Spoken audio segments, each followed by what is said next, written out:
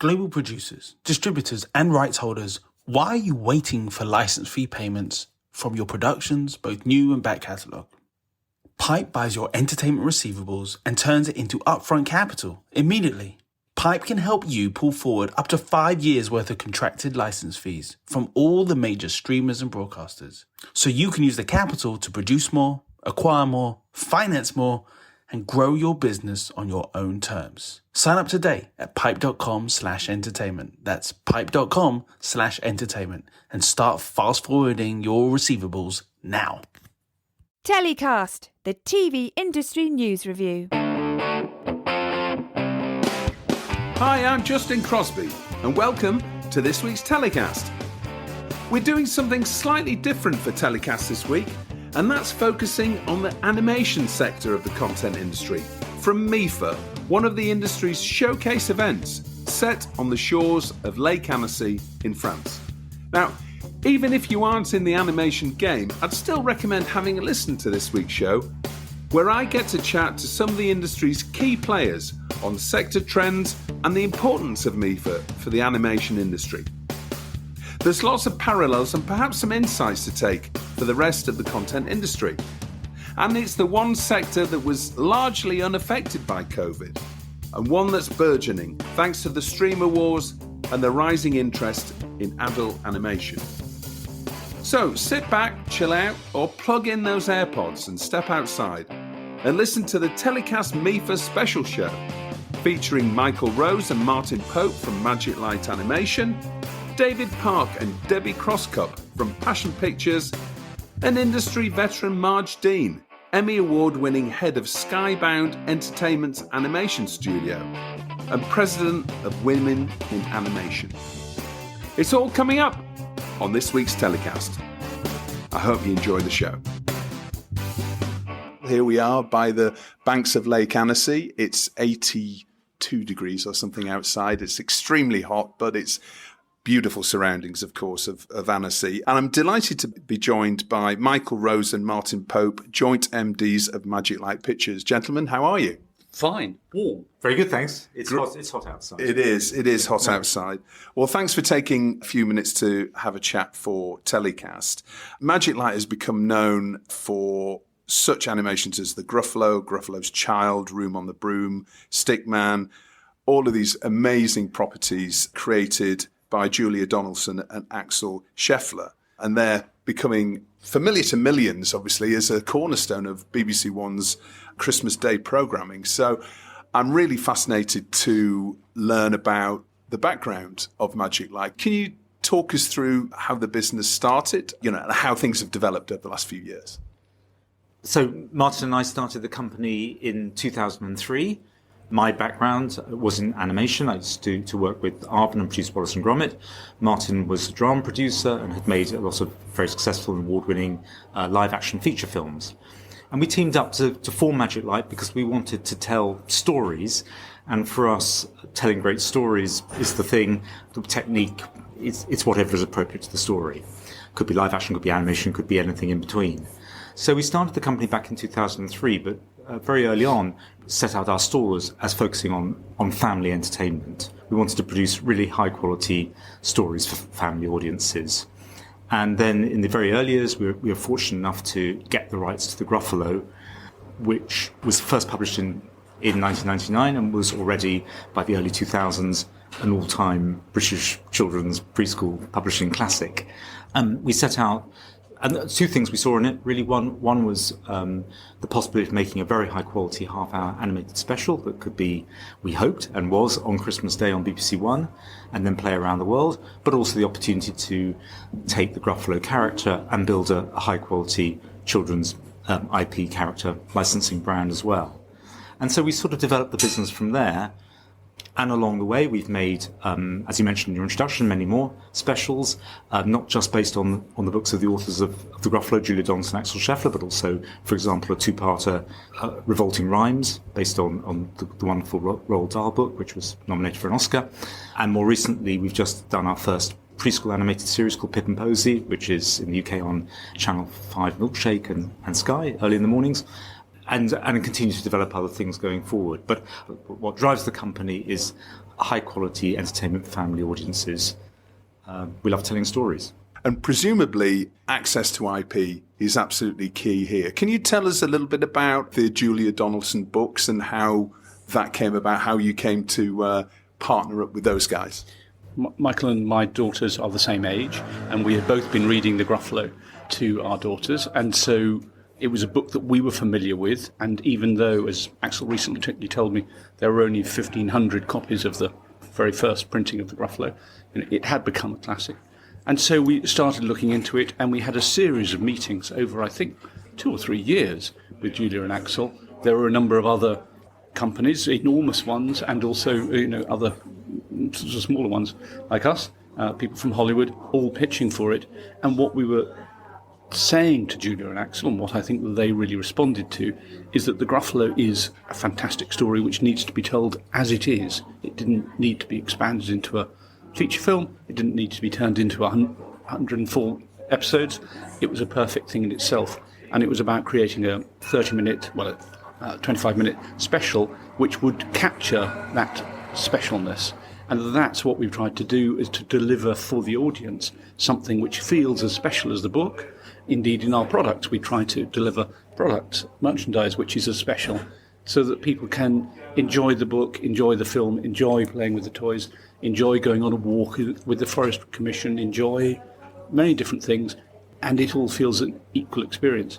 And similarly with our films, we've carried on trying to make them as special, so that we were delighted that this year, this last Christmas, Superworm came out, and within a month, 8 million people had watched it within the UK, and it's now been sold by our distribution director very widely internationally, and we love that is being enjoyed to this day.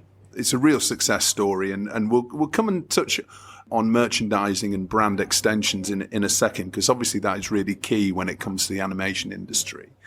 Talking about the animation industry, obviously this is not something that we cover every week. In fact, this is really the first telecast that we've focused on it here at MIFA.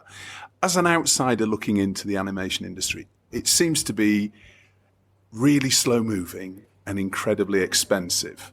We know that drama series, for example, are similarly, but they may have a development process of, 3-4 years or something like that. How do you build a business within animation? It seems such an incredibly slow-moving industry, but incredibly profitable when you actually get a hit. What we did is that we started out by making live-action feature films while we were making The Gruffalo, so that actually there was something else which was running alongside and enabled us to keep going.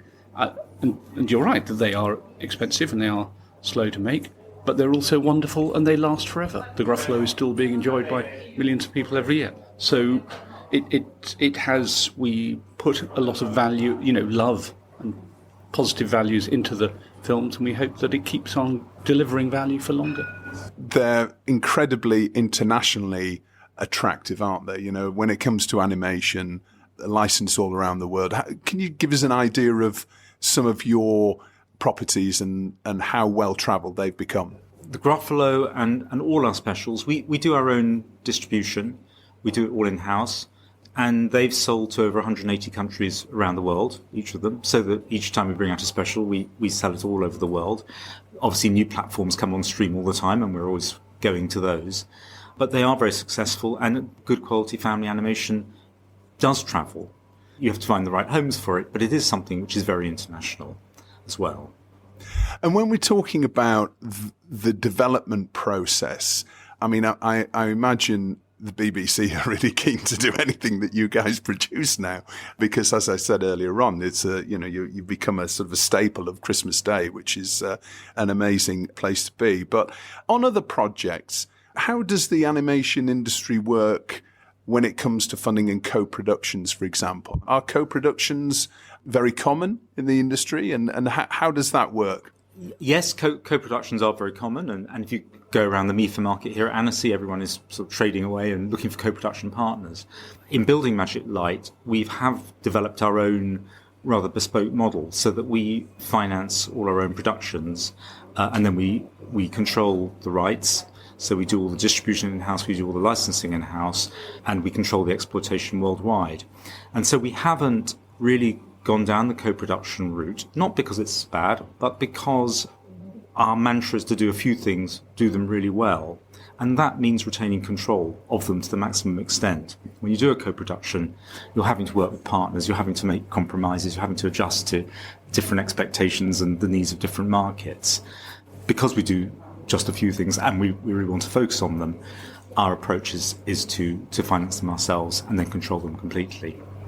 So you're really a 360 media company, essentially, that controls all your own IP and brand licensing, etc. Absolutely. And of course, Disney needs to look out.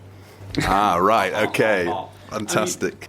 We both had experience with feature films. We've both had experience with our own films, where they've not been dealt with and delivered to the audience in the way that we wanted it done. And so it sounds a bit control freaky, but actually what we like doing is really making sure that it reaches the audience in the best way possible, and we're partnering with people who are appropriate to be partnered with. So it suits us. It wouldn't suit everyone.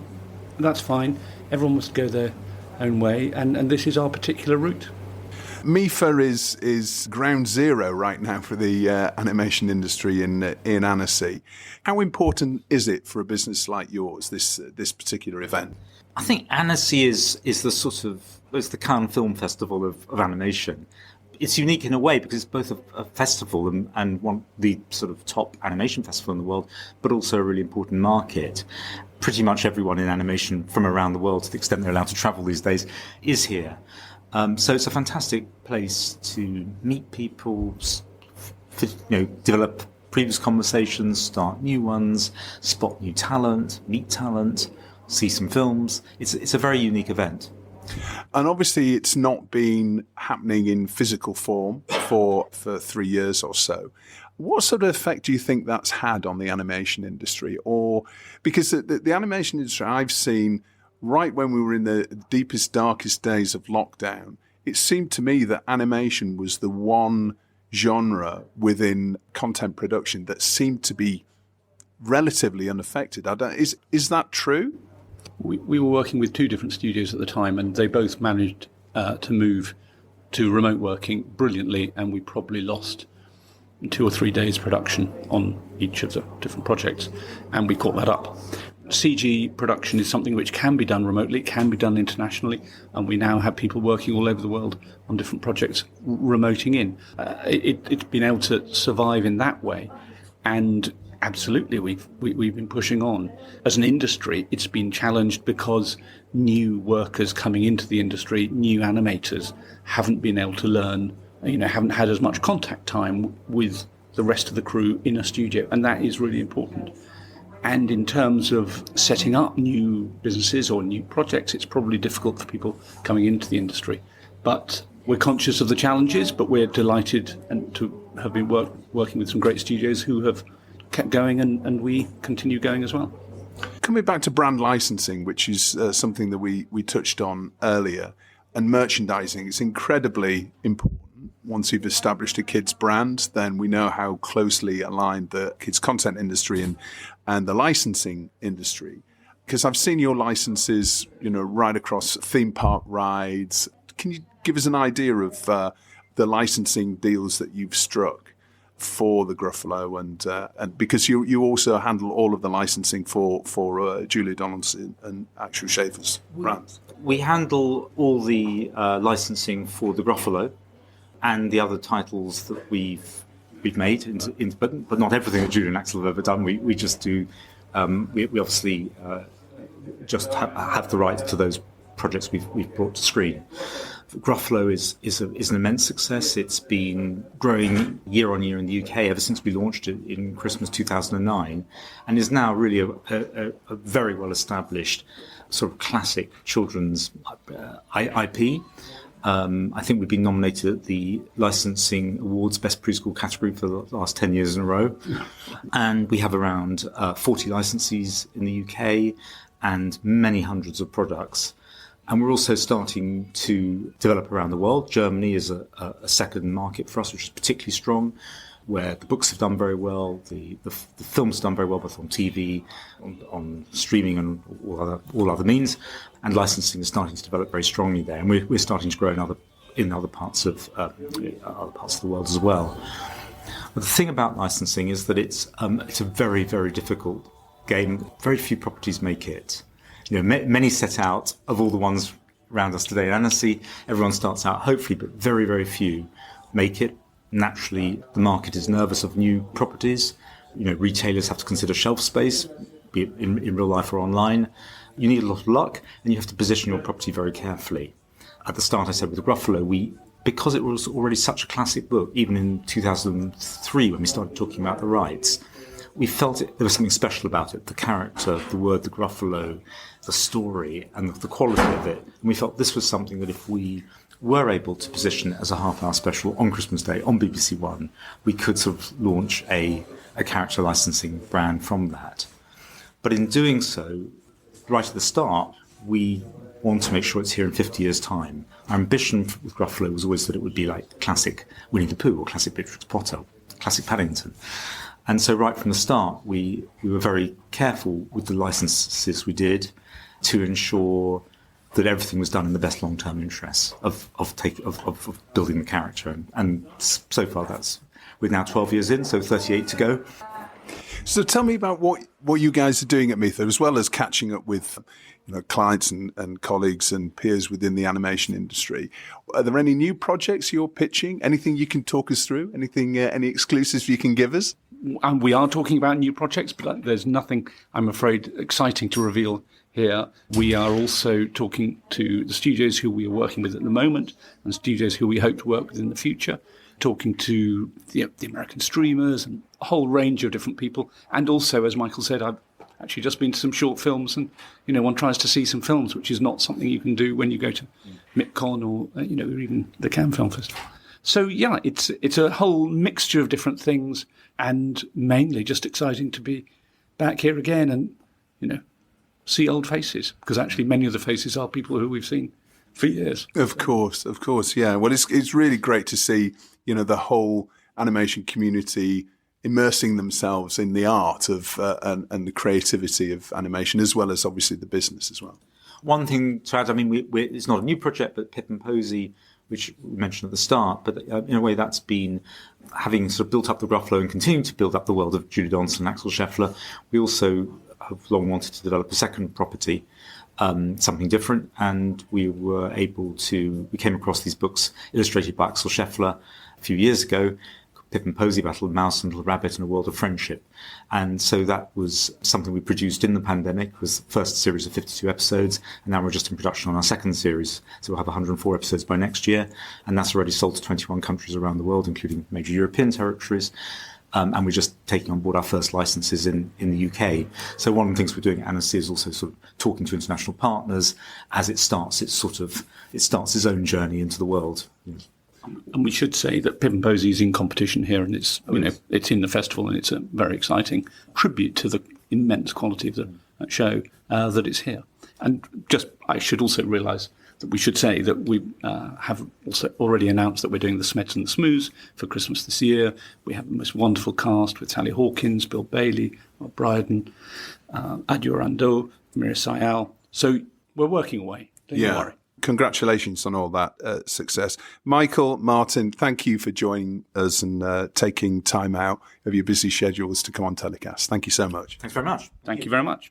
My next guest on this week's MIFA special show from Annecy are Passion Pictures. And with me, I have Pixar veteran and head of production, David Park, and Debbie Crosscup, executive producer at the company. How are you doing, guys? Nice to see you. Great. Thanks so much for chatting to us. Yeah, it's great. It's nice to chat.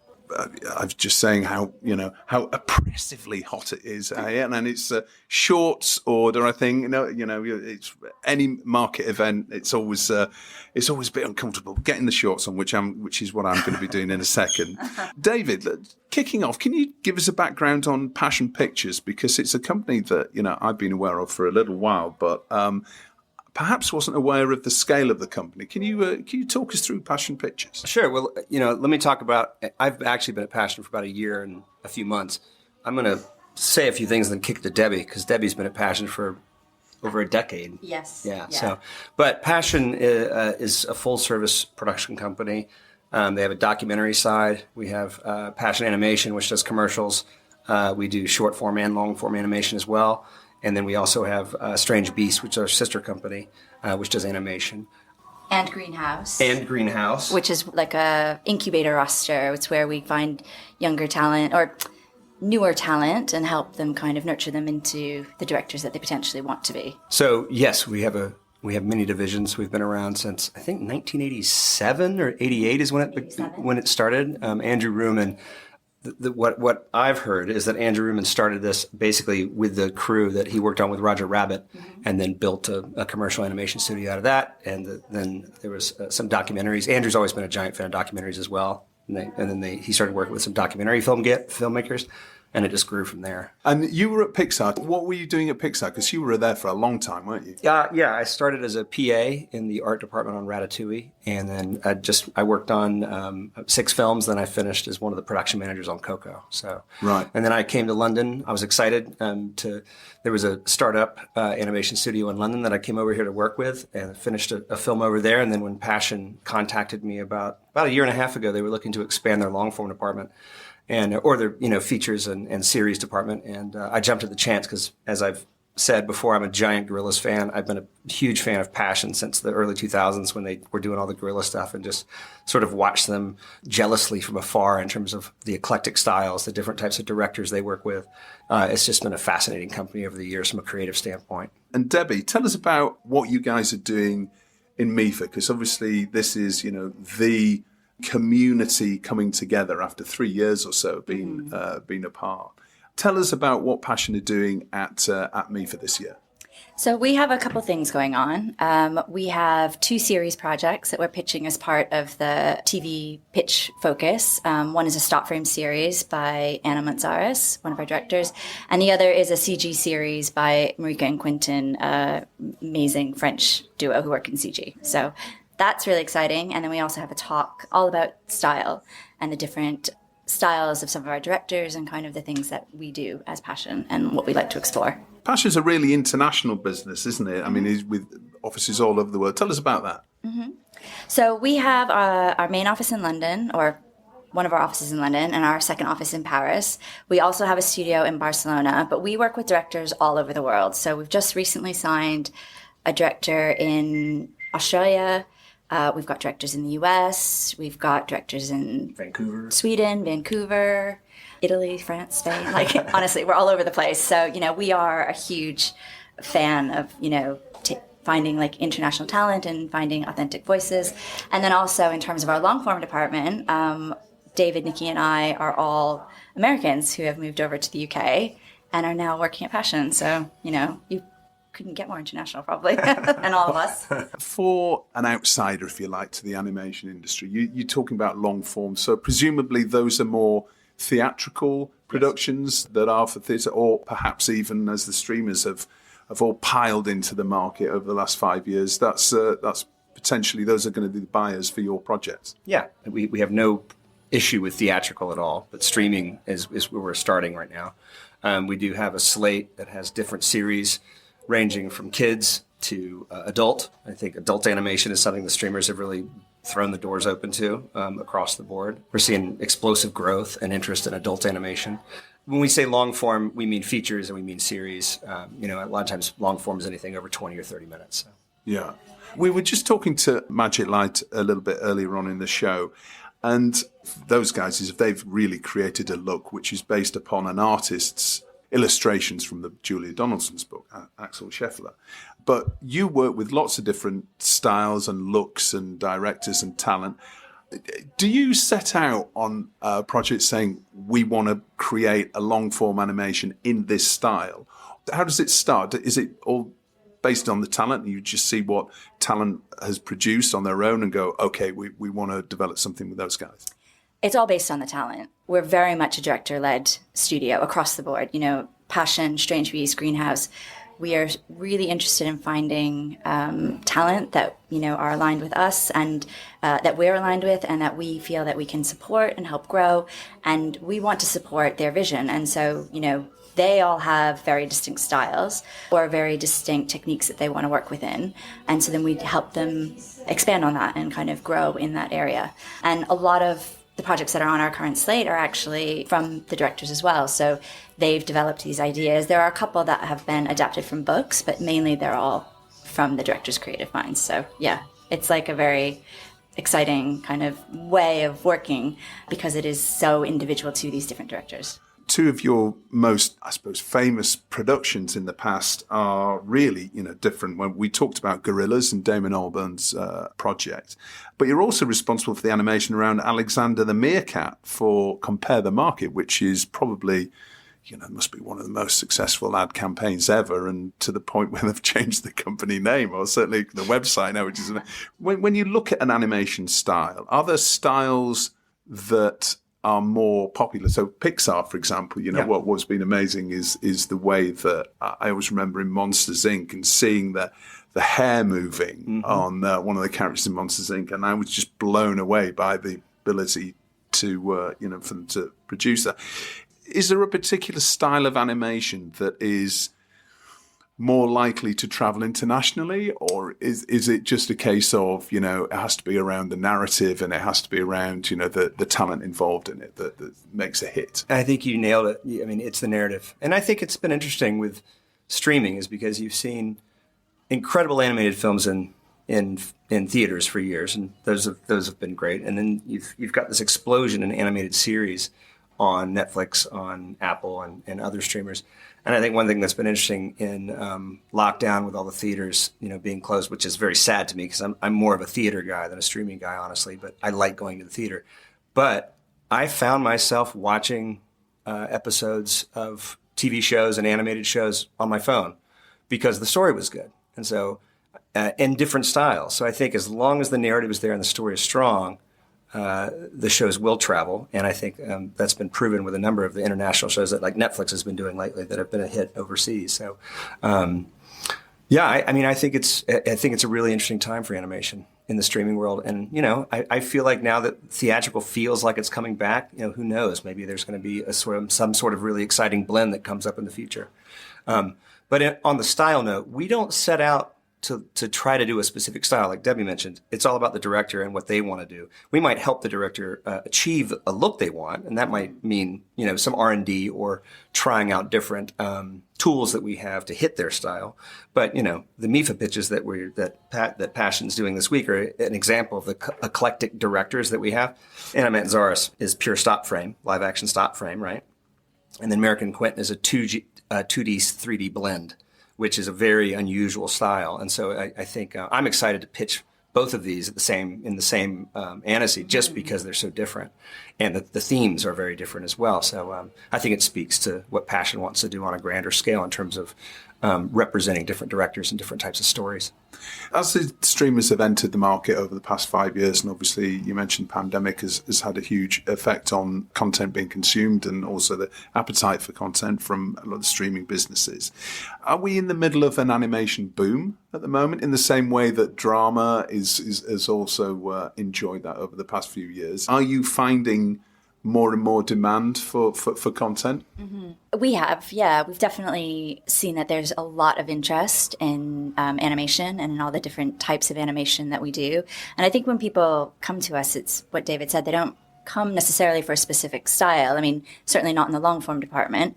They come because they really like the stories that we're telling, or, when we bring the stories to them, they respond to them, which is why, our two projects got into MIFA, one of the reasons why.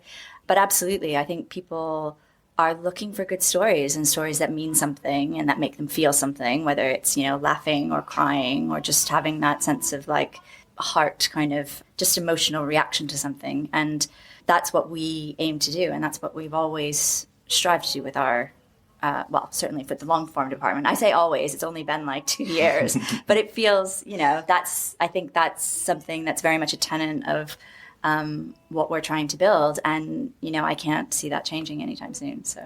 So how about content funding? Because, and this is something that I chatted to the guys at Magic Light about, and they've got a very different model. But, animation, what's a long form animation project? How long is that development process? I would say, usually 6 months to a year at minimum. to develop it, and then production is usually, well, it depends on the length, right? Yeah. The production can be anywhere from a year to 2 years. Yeah. So usually, I mean, I would say on average, animation productions are 2 to 3 years, Right. for a series or a feature, something like that. So Okay. they do take a while to make, Yeah, they do take a and while to do them make. right. Yeah. To do them right. And they're really expensive, right? They are. My eyes have been opened to since coming here from Pixar. I mean, Pixar is a unique case. You know, they were the pioneer of computer animation, and they had gigantic box office and backing in Steve Jobs. But coming to London and learning more about Europe and the European market and the animation studios all across Europe, it is very surprising for an American who was very used to the big studio system to come to Europe and realize, oh wow, it is possible to make high quality animation for less. And I know you can do that in parts of the States and Canada and that sort of thing, but the ability is out there. And I think a lot of times it's about finding the right collaborative partners in terms of passion. Passion is very much right now. We don't have a massive animation studio. We don't have hundreds of animators. We have about 30 animators right now working on various projects. But our focus is very much high quality story, art, editorial, and R&D in terms of technology. And what we're looking for is partnerships, whether they're in the States, whether they're in Canada, whether they're in Europe, to partner up and make the projects that we're building towards. So co-productions are really important for you guys. Yeah, I mean, co-productions are part of it. I think also service model. I mean, we're looking at different service companies that we respect, animation studios, and a lot of I know there's other studios that have stop frame service partners that they work with. So I think it's much more common in Europe than it is in the States to do that. I feel like States is very much you kind of have these closed loops in terms of Sony and that's not a bad thing. They're full service studios with 1,000+ people. Yeah. It's a little bit different. I think it's like almost like the independent live action model in Europe, where a lot of times there's many different partners that are involved in making one film. And I feel like that's more frequent in animation than in the States.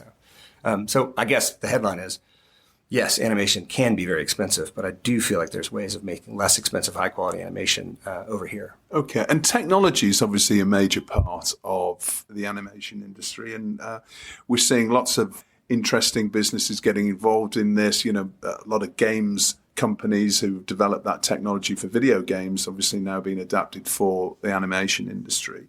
Does that mean that production costs are coming down as technology develops? Because these are time intensive, a lot of these productions. So India has created lots of great animation companies that are being able to provide top quality services, but at a fraction of the cost. Is technology changing that? And you mentioned, Europe being a hotbed of talent. I mean, is the global animation market changing because of technology in terms of where these talented businesses are located? I think so. I mean, I think the accessibility of certain technologies means that, a kid at home and in his bedroom can teach himself how to animate, or she could teach herself how to animate. And, they can do really amazing and beautiful things with, tools that they have access to. And, they don't need the highest quality kit or software. In one sense, yes, there's I think a huge leveling out. People are being able to produce incredibly high quality content at all kinds of different price levels. But in terms of tools, I think all of these different softwares and all of these different computers are just tools in the toolbox to help make something. And whatever they are and whatever we choose to use on a certain production needs to be in support of stories. So we don't necessarily want to force a project through a certain pipeline because we think it might be cheaper, and it may not even be cheaper, but we want to find the right tools to help support that project and make sure that the directors have the freedom that they need in order to make something, and to work with the commissioners, whoever they may be, to make sure that they are able to make what they want as well. So it is a leveler technology and software and kit, but I think people can do pretty amazing things. Yeah, the barriers to entry now are probably much lower. Much lower. Almost in the way that, I'm looking at it as you were talking. I was just thinking, actually, the animation industry, the ability to discover talent, maybe is sort of similar to the music industry in the way that democratizing of technology and ability for raw talent to become discovered by social media. Is that something that's made a huge difference to your business over the past couple of years? Definitely, and I think it's not just social media. I think, we find a lot of amazing directors straight out of film school. And in fact, one of our directing duos, we pulled them out of film school. I mean, obviously we let them graduate and stuff, but we found them and they were so amazing that we were like, you guys obviously get your degree, but come and work with us now. And, and we've kind of expanded, their reach and, what they could do and the things that they could produce so early on. So, talent scouting in terms of, social media, in terms of grad films, in terms of festivals, it's just, there's amazing work that's being made on all different levels. And that's important for you at an event like MIFA, right? You're going out and seeing as many shows as you can. And well, we have an entire team that are arriving tonight that are actually just doing that. They're just going to go out and watch all of the films, and that they're going to. Brilliant! I'm flying to Annecy to watch animations for 2-3 days. That's a pretty good gig, that, isn't it? I was going to add one thing, is that when you were talking about democratization and if technology was helping sort of level the playing field, one thing that is interesting, and it's like COVID was a very difficult time, I think, for the entertainment industry in general. One thing it did do, though, was force many studios to accept remote working. And I think that has changed the game in animation, because now we have access to talent all over the world that would have been impossible previously. So I think that there is a blend there. I like to get artists in a room, and I like people to look at each other in the eye and have that sort of creative collaboration in the room. But it's going to have to be a hybrid model moving forward, because there are incredible animators in all over the world that we now have access to and that we can work with and collaborate with that we didn't before, simply because of the way that studios have started working, and the streamers are okay with it. I mean, there was a world where you used to have to, sort of go into a black box and only work in there because everything was secret. But now there's technology that exists that allows you to do that and work from, Spain or work from Canada. And so, I mean, there's just such incredible animation talent over the world that we can now tap into, which I think is really special. So it's a little bit of you said it's an animation boom in terms of streaming, but I think it's kind of a boom in terms of the types of collaboration that might come about. That's true. So it's really exciting. All right. Okay, well, final question, because I know you guys have got to go and prepare for a presentation that you're doing a little bit later. Any show and market and festival is always looking to the future in terms of, what's coming next. And if you were to gaze into your crystal ball and think, what's going to be the next big thing in animation, what's the buzz now that we're going to be seeing in about maybe 2-3 years' time? That's tricky. That's really hard. I'm racking my brain right now. I think, based off all the things we just discussed, and theatrical's coming back a little bit, the streamers are, they're not old, they're maturing, like they're changing their strategies a little bit. I feel like we're going to have a really interesting just mix of animation from all over the world. I do think there are up and coming studios, and I know of a couple studios right now that I've heard about recently in South America that are supposed to be absolutely incredible. I feel like the diverse storytelling is going to continue, just stories from all over the world by different types of people from all over the place. And I think there's more access for that. So I think the level playing field is, we're going to see that play out over the next 2 and 3 years, and just see some really, really interesting projects come about. It's important. I mean, I'm really excited about it personally. And in terms of technology, because we're seeing Apple, the rumors are that AR is going to be incredibly important for them going forward. And obviously Meta is invested billions into the whole VR space. Do you see that becoming a major opportunity for animators going forward? Because it still feels a little bit niche, right? That this market. I mean, I love it. I've got my Quest 2 headset, and I'm there's some amazing experiences there. But do you ever see that becoming truly mainstream? Never say never. I think you're right. It is still a niche market, and I mean, I'm equally impressed with a lot of the VR work that gets done. I feel like, on the what's going to happen in 2 or 3 years, I do feel like there is a convergence between longer or feature level and series level animation in video games. I feel like it feels like those are moving towards each other, and nobody really knows how that's going to play out. And I feel like AR probably plays into that somehow. I don't know. I mean, it's an incredible technology, and it's interesting that it's been it doesn't feel like it's been able to find its foothold in the mainstream yet, but I hope it does. Yeah. I mean, I think it's like, if who knows, in 5 to 10 years there won't be a series on a streamer that has a couple episodes that are played in a theater, that has a game that's released at the same time that allows you to continue to explore that world. And then maybe there's an AR element or VR element into that as well. I mean, I think technology is going to head in that direction. And I think it's just a matter of time before we figure out how to do it. Well, I guess we could talk about the metaverse and all sorts of new developments that are coming next. But I know you guys have got to run. So David and Debbie, thank you so much for joining me. It's been really fascinating. And good luck with the rest of your MIFA. Thank you so much. Yeah, thanks for your time. It's been great. My next guest on this week's show is Marge Dean, Women in Animation President, but as well as that role, we'll come on to talk a little bit about in a second, Marge is also head of Skybound Entertainment's animation studio, and as well as that, her background includes organising animation businesses at Columbia TriStar, Warner Brothers, Mattel, Omation, Technicolor, Wildbrain, and Crunchyroll, which is an amazing lineup. Marge, welcome to the show. Thank you. It's great to be here. Well, here we are in the Hip Bar, which is right at the centre of the Imperial Palace Hotel, which is where everything's going on. And as you can hear, there's a real buzz about the market. Everybody's sitting down and doing deals, hopefully.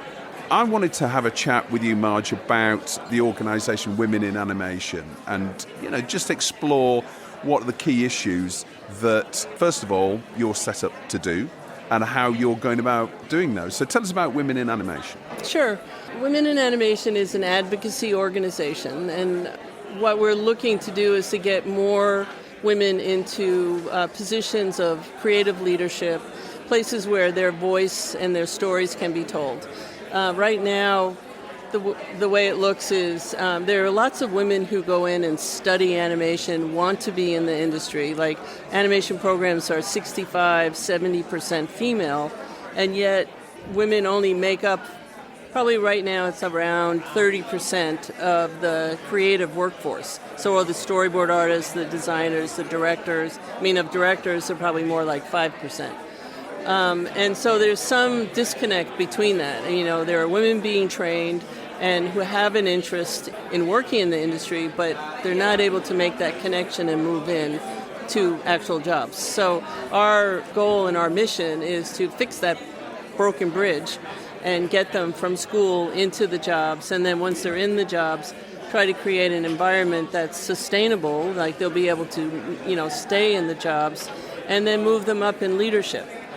So all of those things. And I do want to say, when I say women, really what I mean is, all gender underrepresented people. So we also feel like, we want to support trans people, trans women, trans men, as well as non-binary and all of the other sort of forms of gender that underrepresented exist. Groups. Okay. Yeah. Now, am I right in assuming that the animation industry has been, to date, really male-dominated in the same way that perhaps the video games industry is? I think the TV industry is certainly made a lot of positive steps towards diversity.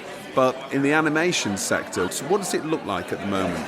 Well, it depends on what sector you're looking at. So, like, television looks a certain way, features look a different way, and gaming is completely in a different world by itself, and then VFX. And Women in Animation has actually commissioned 2 big studies.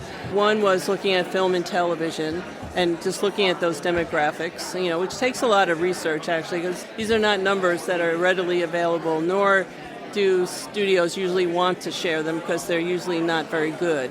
And then we also did another study on the status of women in VFX. And this was all done with USC's Annenberg Institute of for Diversity and Study of Diversity. And what they came up with was roughly that the study on film and television was several years ago, and I think they had come up somewhere around women were in 25% of the creative roles. But they also broke it down into much smaller, like smaller groups. Like they looked at directors, which, women were like 5%, and women of color were like 1% of directors, and then they also looked at producers, and for the most part, again, women are a small percentage, unless you go into the sort of below the line producers and look at like line producers or production managers. And women make up a larger percentage of the folks who are basically supporting the other folks with the creative vision. Right. Yeah. Speaking personally, have you found many barriers through your career of being a woman in the animation industry? Well, I'm one of those people who, a woman who studied art and had aspirations to be a filmmaker. And when I came out of school, I was in a situation where I was a single mom with 2 small children. I also didn't go to animation school. I went to film school. But I needed a job, and the only jobs that were being offered to me was production management jobs. So I got on that path, which is fine, except it means that I was not in a position where my ideas or my story or my vision was being represented.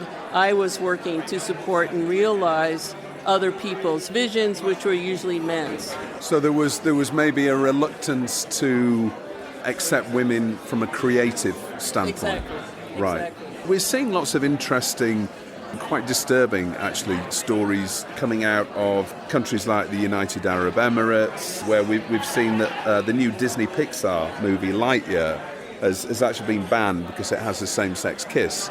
Is that something that women in animation is also seeking to influence, the diversity within storytelling in animation? I would say indirectly we are doing that, because our belief is that if we can put women into these roles where they're deciding what the stories are, and they're creating the stories, and they're directing the stories, that's when you'll start having a big change in the representation. There will be more female characters, there will be more accurate or fuller representation of female characters. There'd be bigger, fuller characters, if we have the voices of women or the women's brains behind some of those things. So we think, even though we're not directly campaigning for a change in the storytelling or the content, we think by changing the behind the scenes and the makers, we will have that impact. Yeah, that influence, more of an indirect influence. I've also read that, like many parts of the creative industries, there are labour shortages within the animation industry. Will the labour shortages, do you think, help speed up the acceptance of women within the creative sectors? The labour shortage in some ways is the good news. The good news is that there's a huge demand, an increasing demand for animation project or animated product. And part of that, like we saw a big surge once COVID hit, and all of a sudden all live action production was shut down. Animation continued. I would say we skipped one beat. It's like people needed about a week or two to get their systems set up and get everybody fully online. But once we were there, it moved forward, and our productions continued. And for a while, we were the only production that was happening at the time. So I think a lot of people doing live action started going, what is this animation thing? Like, it's actually, I can still keep telling my stories. I don't have to be unemployed, or I don't have to stop the progression of, a producer saying, I can still get my movie made or whatever if I go animated rather than live action. And then simultaneously, what was evolving and moving quickly was the explosion of adult animation. I was previously at Crunchyroll, and what I definitely learned and came to appreciate about anime is that the Japanese have always known that all ages will like animation, and will watch it. In the U.S. or the Western world, the assumption always was that it was for kids or it's comedies. But in Japan, they're telling all kinds of stories, serious dramas, horror films, sci-fi stories, all in 2D animation. And there's a huge building audience for that, and it just continues. I think it hasn't peaked at all. I think it's still going up, and I think we're going to see a huge impact or influence on animation across the board from anime. And I think the adult content is where you're going to see it. So now people, and then for me working at Skybound, Invincible was this big turning point in animation because it was the first hour-long drama that was animated and was successful. And no one believed that would happen. And then from what I heard in the early stages of trying to set the show up, the broadcasters or the streamer was, really trying to talk them into doing half-hour episodes. And Robert Kirkman was like, no, this is an hour-long episode. You have to do it. These stories have to be that long to tell the full stories. And so they let him do it, and he was right. I mean, and there was a huge audience for it. But nobody had ever seen that before. So that combined with they couldn't move forward with their live-action productions, the way people look and think about animation has changed. So therefore, there's a huge surge in demand, and there's not enough people to do the work. So going back to your question of the impact, on the work that we're trying to do with diversity and inclusion, yes, and in fact, yesterday here at Annecy, we did a whole day's, what we call a World Summit, on that very topic. And it was all about the labor shortage and diversity and inclusion and the work that we're all doing in that as a possible solution to this work shortage, Right, and I gather that was a sellout, standing room only. Yeah, It is available online to stream, so we'll put a link in the episode description of the podcast so everybody can go and check that out. Yeah, that'd be great, because I think people will be really inspired by it, because everyone who attended was yesterday. And for me, one of the really amazing parts of it was so international. A big part of it in the afternoon, what we did was we really tried to focus on success stories, like in programs that people have been building and working on, many people for like years, to train new workers, new animation people, and all across the board, like people doing shorts programs that, where you have new creators and maybe have directors or whatever, but also more technical stuff, like training people to do VFX, training them to use After Effects or real-time rendering, Unreal Engine or any of and it was just very inspiring to see all the different shapes and forms of programs that people have come up with to increase the labor force, but it's all within the frame of diversity and inclusion. Like these programs were for, either women or people of color or LGBTQT or, physically or, disabled folks or. So it was really inspiring. As I say, everybody can go and check that out on the website and also in the episode description. So last question, Marge, because I know you've got a lot of things going on with your Skybound business as well as women in animation responsibilities. Coming back to what you were saying about COVID and the way that the animation industry almost thrived through lockdown in the way that obviously drama and to a certainly lesser extent factual production was affected. Obviously a lot of that is the ability to work at home and home working. Now, has the technology that was employed to allow people to carry on working from home, has that helped level the playing field for women, do you think? Has there been a beneficial outcome from COVID, if you like, and it's a terrible thing to say, but in terms of diversity within the workforce? I don't think it's a simple answer. And part of it is, because initially we were like, this is great. It's like now we finally have the flexible hours that everybody had been talking about. There are so many women who are like, I have to stop working in animation because I want to be a mom, or I have responsibilities at home and I can't be in the studio 10 to 12 hours a day, because that's what the model was before. And so once everyone realized you don't have to work it that way. You can give somebody flexible hours, or you can let them figure out how to work around whatever is happening at home. That made a difference, and it gave them that flexibility that we'd been crying for years now. I mean, that's been the mantra for a while. It's like, just give us flexible hours, Let us control. Let me finish work at 4 o'clock, go home, feed my kids, put them to bed, and I'll get back online at 8 o'clock, and I'll finish my job, I promise. And so now they're able to do that kind of stuff.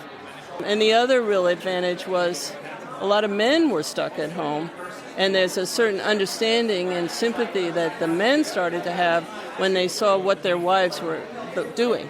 like when they, two animation folks are sitting next to each other and the kids are running around, or, laundry is getting done. I mean, the guys, it was really hard not to notice that, the extra burden that their wife or partner was carrying.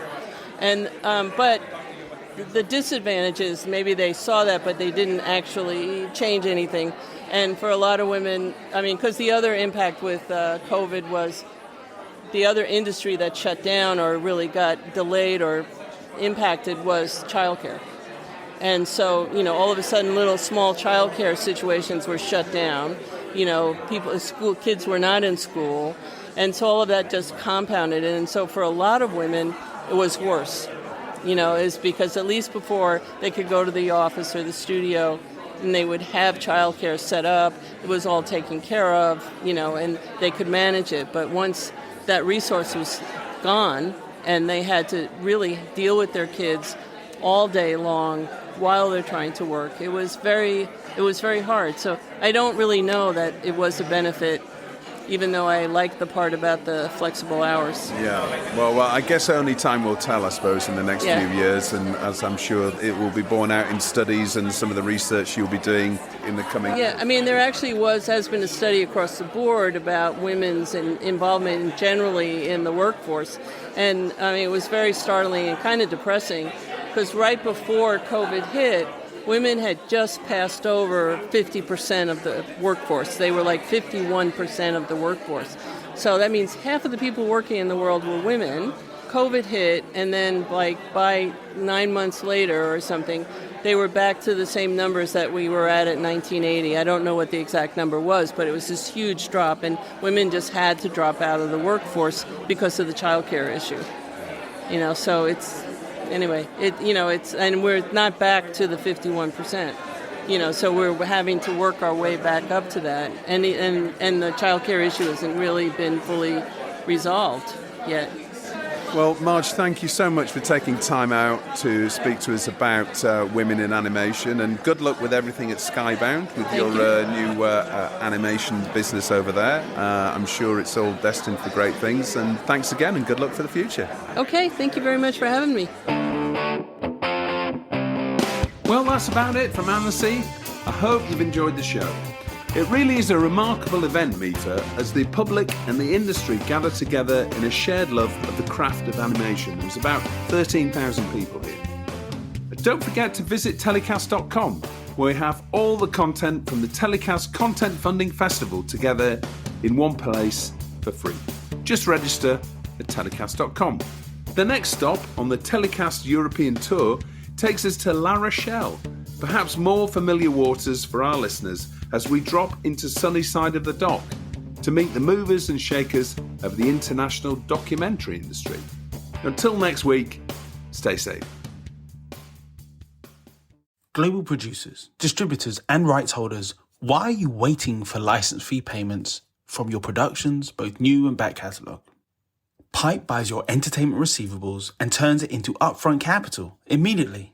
Pipe can help you pull forward up to 5 years worth of contracted license fees from all the major streamers and broadcasters, so you can use the capital to produce more, acquire more, finance more, and grow your business on your own terms. Sign up today at pipe.com/entertainment. That's pipe.com/entertainment, and start fast forwarding your receivables now.